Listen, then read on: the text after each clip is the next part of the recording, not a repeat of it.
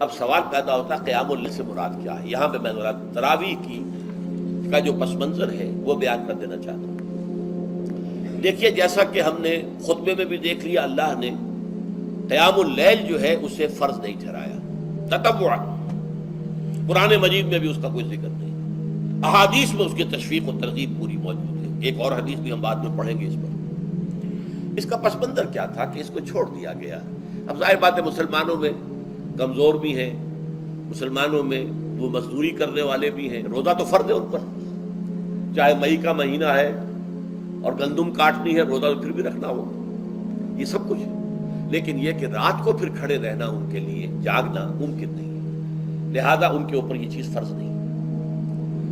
حضور نے تراویح کی نماز یا قیام اللیل نہ اسے فرض قرار دیا، نہ اس کے بعد جماعت کوئی اہتمام کیا مستقل، صرف 3 راتیں آپ نے جماعت کروائی ہے، اس میں 8 رکعتیں آپ نے پڑھی ہیں کہ جو آپ کا معمول تھا تہجد کا وہ پڑھی، اور تہجد کے وقت ہی جماعت کرائی ہے۔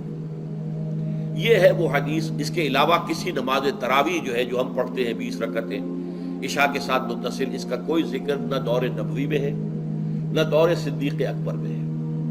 یہ دور حضرت عمر کی خلافت میں ہوا ہے، اور ہم نہیں کہہ سکتے کتنے سال کے بعد ہوا ہے۔ حضرت عمر رضی اللہ تعالیٰ عنہ کی خلافت کا دور جو ہے وہ تو 10 برس ہے، ہو سکتا ہے 5 برس کے بعد ہوا ہو، 6 برس کے بعد ہوا ہو، 12 ہوا ہے ان کے عہد میں۔ حضرت عمر ایک مرتبہ مسجد میں داخل ہوئے، مسجد نبوی میں، تو دیکھا کہ کچھ لوگ 8 10 12 جو ہے وہ ایک جو ہے حافظ کے پیچھے کھڑے ہوئے اور قرآن سن رہے ہیں، کچھ دوسرے کونے میں کھڑے ہیں، کچھ کہیں اور کھڑے ہیں، مختلف جماعتیں ہو رہی ہیں۔ تو انہوں نے سوچا کہ کیوں نہ ان سب کو ایک امام کے پیچھے جمع کر دیا جائے، اور اس کے لیے لوگوں کی سہولت کے لیے عشاء کے ساتھ متصل رکھ دیا جائے، اس لیے کہ تہجد کے وقت اٹھنا جو ہے وہ تو ہر کس و ناقص کا کام نہیں ہے، کہ عشاء کے بعد اگر تھوڑا سا اضافی وقت ہو صرف، تو یہ ہر شخص کر لے گا، مزدور بھی کر لے گا۔ لہذا آپ نے یہ نظام تجویز فرمایا کہ عشاء کے متصلاً بعد 20 رکعت نماز پڑھی جائے اور ایک امام کے پیچھے پڑھی جائے۔ یہ گویا کہ اجتہاد ہے حضرت عمر رضی اللہ تعالی عنہ، اس کو آپ نے خود بدعت بھی قرار دیا ہے، لیکن بدعت حسنہ۔ بدعت کس اعتبار سے؟ لغوی اعتبار سے، نئی بات، اس لیے کہ حضور کے زمانے میں نہیں تھی، تو یہ اس طریقے سے ایک نئی بات ہے۔ لیکن یہ بات چونکہ بہت اچھی ہے، بہت عمدہ ہے، آپ جب یہ نظام چل پڑا تو ایک دن مسجد میں آئے، دیکھا کہ بڑی بھری مسجد ہے، صحابہ کھڑے ہیں اور ایک امام کے پیچھے قرآن سن رہے ہیں۔ آپ نے فرمایا نعم البدعۃ ھذہ، یہ جو ہم نے نئی بات شروع کی ہے یہ بہت اچھی ہے، بہت عمدہ ہے۔ اب یہاں سے فرق واقع ہو گیا ہے۔ ایک تو اہل تشیع جو ہے وہ تو ویسے ہی حضرت عمر سے بہت دشمنی رکھتے ہیں، عناد رکھتے ہیں، تو حضرت عمر کے اجتہادات سے انہیں نفرت ہے، انہیں دوری ہے، چاہے وہ کوئی سا بھی حضرت عمر کا اجتہاد ہو۔ ہمارے ہاں اہل حدیث حضرات بھی در حقیقت حضرت عمر یا کسی اور خلیفہ راشد کے فعل کو وہ سمجھتے ہیں کہ یہ ایگزیکٹو آرڈرز ہیں، یہ ہمیشہ کے لیے نہیں ہے۔ حضرت عمر نے اپنے دور میں ایک نظام قائم کیا، ان کے دور کے لیے ٹھیک تھا، یہ ہمیشہ کے لیے نہیں ہے۔ ہمیشہ کے لیے وہ 8 ہی رکعتوں کے قائل ہیں، وہ تہجد والے، لیکن اس میں بہرحال انہوں نے بھی خود یہ اضافہ کیا ہے کہ وہ 8 رکعتیں وہ عشاء کے ساتھ متصل پڑھتے ہیں، تہجد کے وقت تو نہیں پڑھتے۔ اور حضور نے تو صرف 3 روز جو ہے وہ کرائی تھی جماعت، وہ لوگ 30 دن یا 29 دن پڑھ رہے ہیں، تو اضافہ تو انہوں نے بھی کر دیا، تو نظام میں تبدیلی تو ہو گئی۔ لیکن اہل سنت جو کہلاتے ہیں، ہمارے جو 4 جو ہیں، جو ہمارے مسلک ہیں، حنفی، مالکی، شافعی، حنبلی، ان کا اتفاق ہے اس پر حضرت عمر کا، کیونکہ ان کے سامنے اصول یہ ہے کہ حضور نے فرمایا علیکم بسنتی وسنت الخلفاء الراشدین المہدیین، تم پر لازم ہے کہ میری سنت کو پکڑو مضبوطی کے ساتھ، اور میرے خلفاء راشدین مہدیین جو ہیں ان کی سنت کو پکڑو۔ اس اصول سے یہ 4 فقہ جو ہیں حضرت عمر کے اجتہادات جو ہیں ان کو بھی پابندی سمجھتے ہیں کہ تمام عمر کے لیے، قیامت تک کے لیے امت مسلمہ پر ان کی پیروی لازم ہے، لہذا اس میں اجماع ہے۔ اور یہاں تک کہ یہ سب سے آخری جو اس میں مسلک پیدا ہوا ہے زمانی اعتبار سے، سب سے پہلے مسلک جو ہے حنفی پیدا ہوا ہے، پھر مالکی پیدا ہوا ہے، پھر شافعی پیدا ہوا ہے، اور پھر حنبلی آخری ہے۔ اور امام احمد ابن حنبل بہت بڑے محدث بھی ہیں. مسند احمد ابن حنبل جو ہے وہ بہت بڑی کتاب ہے، بہت اہم کتاب ہے، جامع کتاب ہے. تو ان کے ہاں بھی 20 رکعتیں ہیں.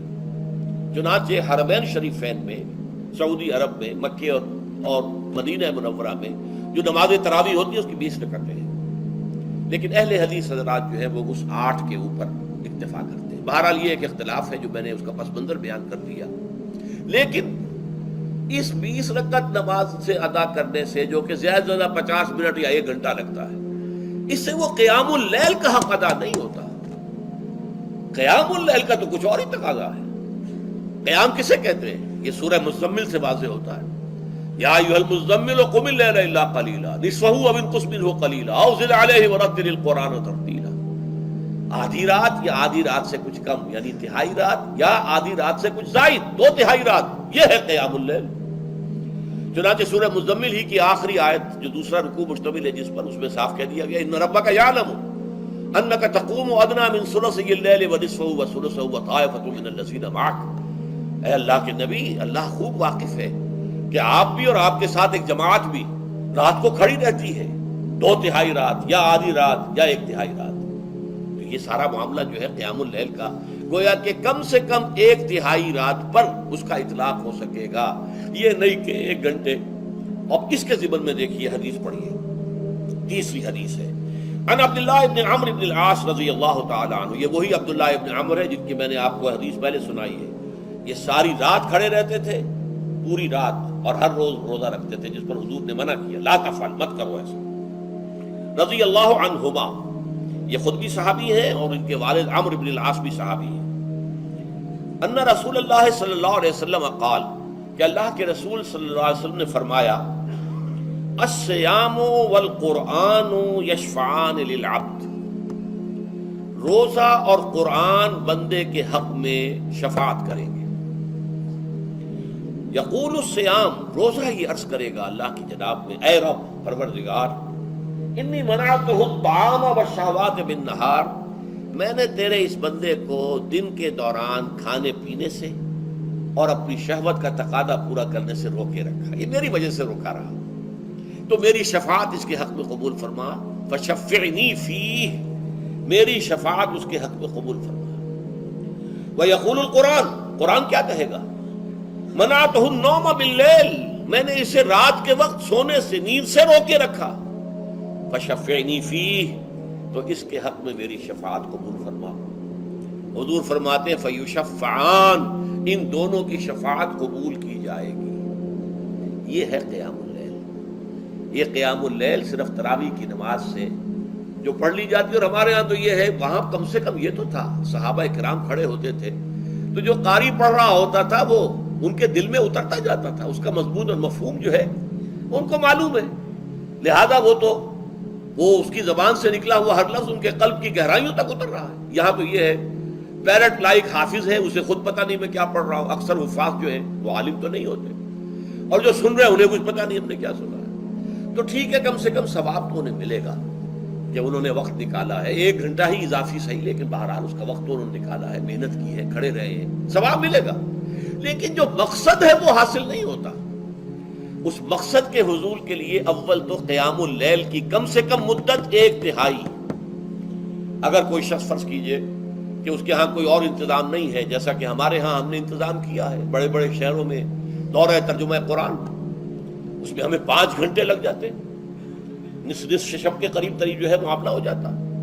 اس میں کیا ہوتا ہے کہ ہر 4 رکعت سے پہلے جو اس کے اندر پڑھا جانا ہے حصہ قرآن کا، اس کا پہلے ہم مطالعہ کرتے ہیں بیٹھ کر، ترجمہ اور کچھ موٹے موٹے نکات کی جو ہے وضاحت. پھر کھڑے ہو گئے اور قاری صاحب کے پیچھے 4 رکعتوں کے اندر وہ 4 رکوع یا جتنے بھی ہیں پڑھ لیے، سن لیے. پھر بیٹھ گئے 4 کے بعد، پھر اگلی 4 رکعتوں کے اندر جو کچھ پڑھا جانے والا ہے اس کا ترجمہ، اس کی تفہیم ہو گئی، پھر کھڑے ہو گئے، پھر سن لیا. اس طریقے سے 5-6 گھنٹے میں تراویح ختم ہوئی. تو تراویح بھی ہو گئی، حضرت عمر کے اجتہاد پر عمل بھی ہو گیا، 20 تراویح ہو گئی. لیکن یہ ہے کہ اس کے ساتھ جو اصل غرض و غایت ہے قیام اللیل کی، وہ بھی حاصل ہوئی. یہ ہم نے 17 سال پہلے شروع کیا تھا یا 18 سال پہلے، اور وہ انشاءاللہ اللہ کے فضل و کرم سے اب چل رہا ہے. بڑے بڑے شہروں میں ہو رہا ہے، لاہور میں جن مقامات پر ہو رہا ہے وہ تازہ جو ندائے خلافت ہے اس کے اندر آپ اس کی فہرست دیکھ لیں. کراچی میں تو اس سے غالباً 3 گنا مقامات کے اوپر وہ کام ہو رہا ہے، اور دوسرے شہروں میں بھی ہو رہا ہے. تو اس سے در حقیقت وہ غرض و غایت، وہ حکمت جو ہے پوری ہوتی ہے کہ یہ دونوں چیزیں پیرلل ہیں. من صام رمضان ایمانا واحتسابا غفر له ما تقدم من ذنبه ومن قام رمضان ایمانا واحتسابا غفر له ما تقدم من ذنبه. تو صیام اور قیام جو ہے ان دونوں کا حق